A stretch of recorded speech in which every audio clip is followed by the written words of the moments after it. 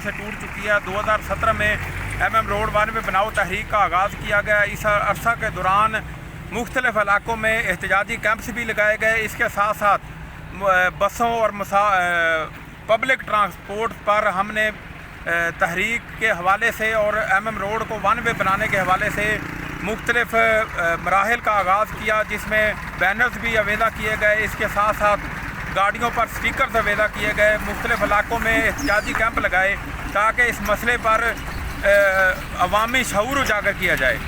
जैसा कि आप मेरे अक्ल में भी देख रहे होंगे कि कातल MM रोड इसी तरह मुख्तलिफ जगहों से टूट का शिकार हो चुकी है। गुज़श्ता कई सालों के दौरान इसकी मरम्मत ना होने के बराबर है, जिसकी वजह से हादसात मामूल बन चुके हैं। रोज़ाना की बुनियाद पर रेस्क्यू 1122 के मुताबिक 4 हादसात रिकॉर्ड किए गए हैं। इसके बावजूद हुकूमत टस से मस नहीं हो रही। इस रोड की ना तो मरम्मत की जा रही है, ना इसको 1 में बनाने के हवाले से कोई हिकमत अमली अपनाई जा रही है।